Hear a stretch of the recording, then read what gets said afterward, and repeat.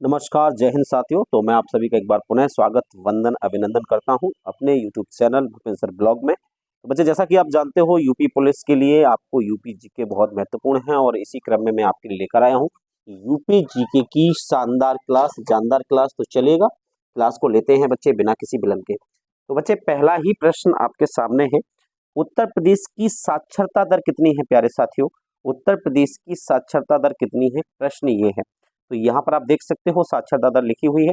साक्षरता दर लिखी हुई है बच्चे, कितनी है? 71% या 78% या 67.68% या 69%। तो बच्चे, इसका जो आंसर हो जाएगा वो हो जाएगा ऑप्शन डी, यानी उत्तर प्रदेश की जो साक्षरता दर है वो है 69.77%।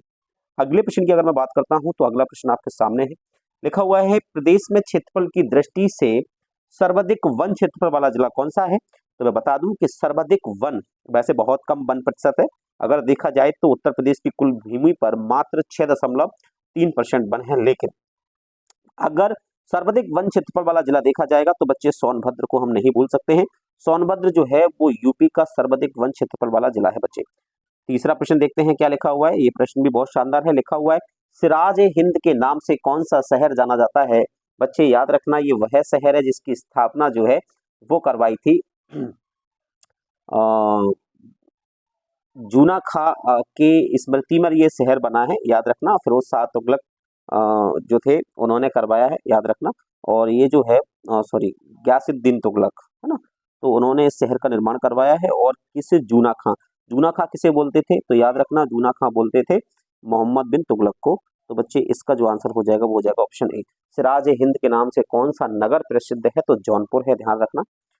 चौथा प्रश्न बच्चे आपके सामने है। चौथा प्रश्न लिखा हुआ है, प्रदेश का सर्वाधिक विस्तृत पक्षी विहार, विस्तृत का मतलब होता है बच्चे बड़ा, तो समान पक्षी विहार या नवाबगंज पक्षी विहार या लाख बहाशी पक्षी विहार या फिर सांडी पक्षी विहार।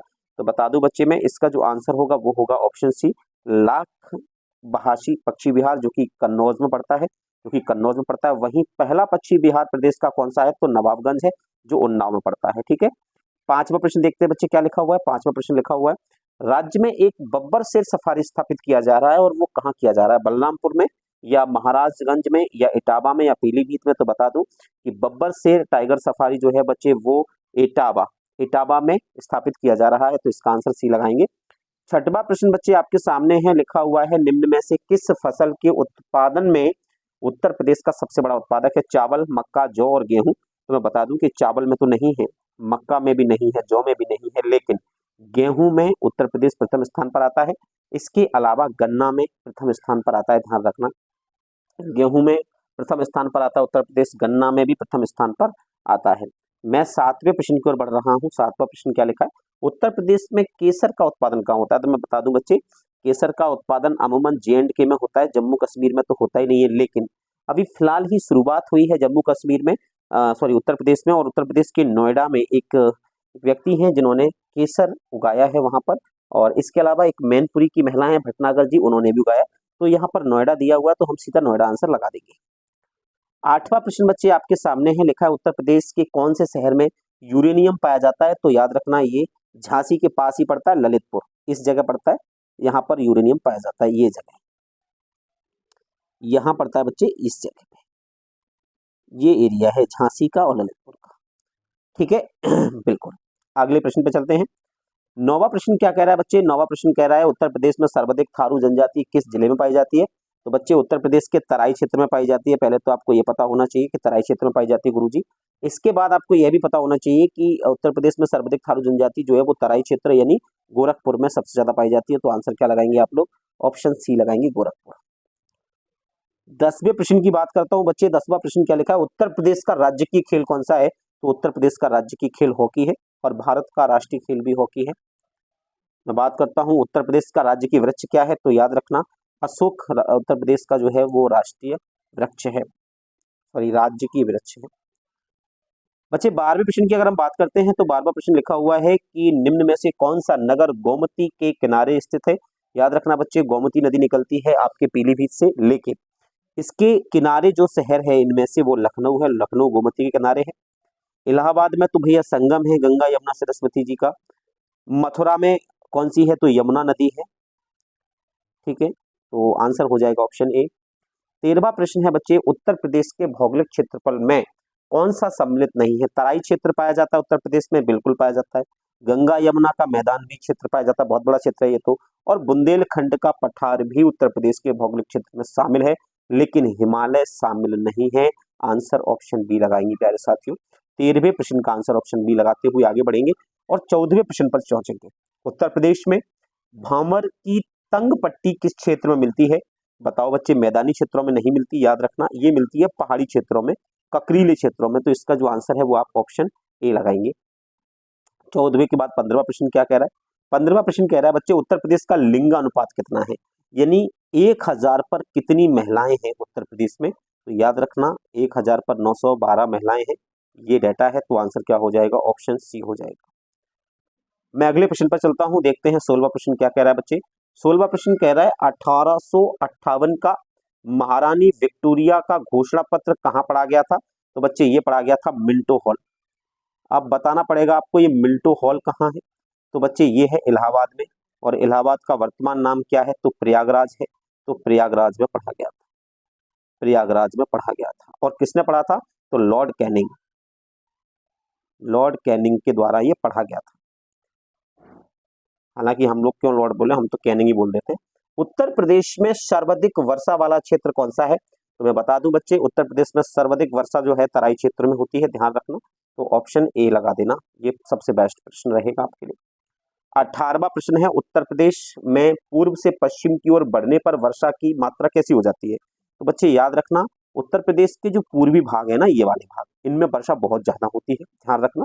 सबसे ज्यादा गोरखपुर में होती है। और जैसे जैसे आप पश्चिम की तरफ आओगे, जैसे जैसे आप पश्चिम की तरफ आओगे तो वर्षा कम होती जाएगी। वर्षा क्या होती जाएगी बच्चे? कम होती जाती है। तो ऑप्शन बी इसका हम आंसर लगा देंगे। 19वां प्रश्न मैं आपके सामने रख रहा हूं, उत्तर प्रदेश का सर्वाधिक नम भूमि यानी वेटलैंड वाला जिला कौन सा है? तो याद रखना, उत्तर प्रदेश में सबसे ज्यादा नम भूमि की बात करता हूं या वेटलैंड की बात करता हूं बच्चे, तो वो गोरखपुर है। अगले प्रश्न पर चलते हैं, देखते हैं 20वां प्रश्न क्या कह रहा है। उत्तर प्रदेश में कृत्रिम रबड़ का कारखाना कहाँ स्थित है? तो याद रखना कि कृत्रिम रबड़ बनाने का जो कारखाना है वो गाजियाबाद में स्थित है। ऑप्शन बी लगा देंगे। 21वां प्रश्न आपके सामने है प्यारे साथियों, प्रदेश में अवनालिका अपर्दन से सबसे अधिक प्रभावित जिला कौन सा है? अवनालिका अपर्दन का मतलब होता है बच्चे मिट्टी का कटाव, और जल का तेज बहाव के कारण मिट्टी का कटाव होता है और बीहड़ बन जाते हैं। और ऐसा जो क्षेत्र है वो इटावा का क्षेत्र है। हम सब जानते हैं भिंड, मुरैना, ग्वालियर, इटावा, ये वह क्षेत्र है जहां पर ये समस्या है अपर्दन की, है ना। और नदी कौन सी है? चंबल। अगले प्रश्न की ओर बढ़ते हैं, देखते हैं 22वां प्रश्न क्या कह रहा है बच्चे। प्रदेश में वायु अपरदन से सर्वाधिक प्रभावित क्षेत्र कौन सा है? देखो वहां पर लिखा था अपनालिका, है ना, यानी नालियों से। यहाँ पर लिखा है वायु यानी हवाओं से, हवाओं से मिट्टी का कटाव जो होता है उसको हम वायु अपरदन कहते हैं।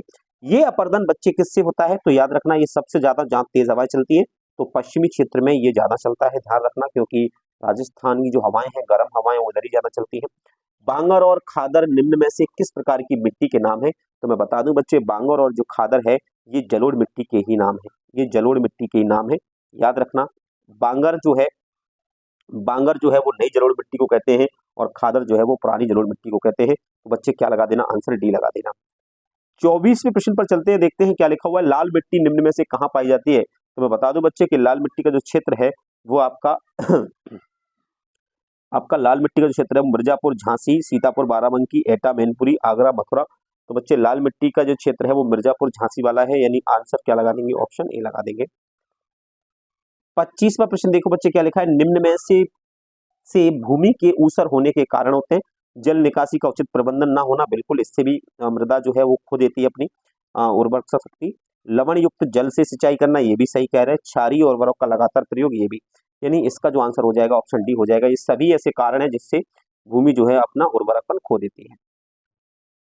उत्तर प्रदेश के किस भाग में मरुस्थलीय मृदा पाई जाती है? मरुस्थलीय मिट्टी पाई जाती है, तो ये बच्चे हमारे पश्चिमी भाग में, पश्चिमी उत्तर प्रदेश, पश्चिमी आपका पंजाब का क्षेत्र है कुछ, इसमें आपका कुछ राजस्थान का क्षेत्र है, हरियाणा का क्षेत्र है, ये है कहलाती है मरुस्थलीय मृदा। ठीक है। 27वां प्रश्न बच्चे मैं रखने जा रहा हूं आपके सामने, लिखा हुआ निम्न में से कौन सी उत्तर प्रदेश की पेयजल परियोजना है? पथरई बांध परियोजना नहीं है। यहाँ पर ज्ञानपुरम पंप नहर ये भी नहीं है, शारदा सहायक नहर भी नहीं है, लेकिन गोकुल बैराज परियोजना ये बच्चे यमुना नदी पर बनी हुई है और ये बिल्कुल जो है वो उत्तर प्रदेश की पेयजल परियोजना है। ठीक है, गोकुल बैराज। अगला है बच्चे हथनी कुंड परियोजना, यह भी हमारी बच्चे यमुना नदी पर बनी हुई है, तो आंसर बी लगा देंगे। 29वां प्रश्न भी बच्चे बहुत शानदार है, निम्न में से कौन सा सुमेलित नहीं है? माता टीला बांध बच्चे बेतवा नदी पर है, बिल्कुल है। रेहंद बांध रेहंद नदी पर है, बिल्कुल। रानी लक्ष्मीबाई बांध बेतवा नदी पर है और राजघाट बांध भी बेतवा नदी पर है, यमुना पर नहीं है। तो आंसर बच्चे क्या हो जाएगा? ऑप्शन डी हो जाएगा। 30वां प्रश्न पढ़ते हैं, देखते हैं क्या लिखा हुआ है। फुलहर झील भारत के किस राज्य में स्थित है? मध्य प्रदेश, उत्तराखंड, बिहार या उत्तर प्रदेश? तो याद रखना यह उत्तर प्रदेश राज्य में स्थित है, तो आंसर इसका भी डी लगा देना। तो साथियों ये थे आपके आज के प्रश्न, आशा है कि आपको अच्छे लगे होंगे। तो आज की क्लास यही, और जरूर बताइएगा स्टार देकर कि आपको ये क्लास कैसी लगी। ऐसी ही मजेदार क्लास के लिए चैनल को जरूर सब्सक्राइब करेंगे, और हाँ, चैनल को सब्सक्राइब करने के बाद मुझे कमेंट करेंगे, मैं पक्का आपका कमेंट का रिप्लाई भी करूंगा, है ना। और बहुत जल्दी बच्चे मैं खुद डिजिटल बोर्ड पर क्लास लेके आने वाला हूँ आपके लिए। थोड़ा सा बस आप लोगों को इतना रिस्पॉन्स देना है कि कम से कम हम लाइव क्लास के लिए रेडी हो जाएं, ठीक है, अपने चैनल से। तो जय हिंद, वंदे मातरम। सभी लोग जबरदस्त तैयारी करेंगे और ऐसे ही क्लास लेते रहेंगे। थैंक यू बच्चों।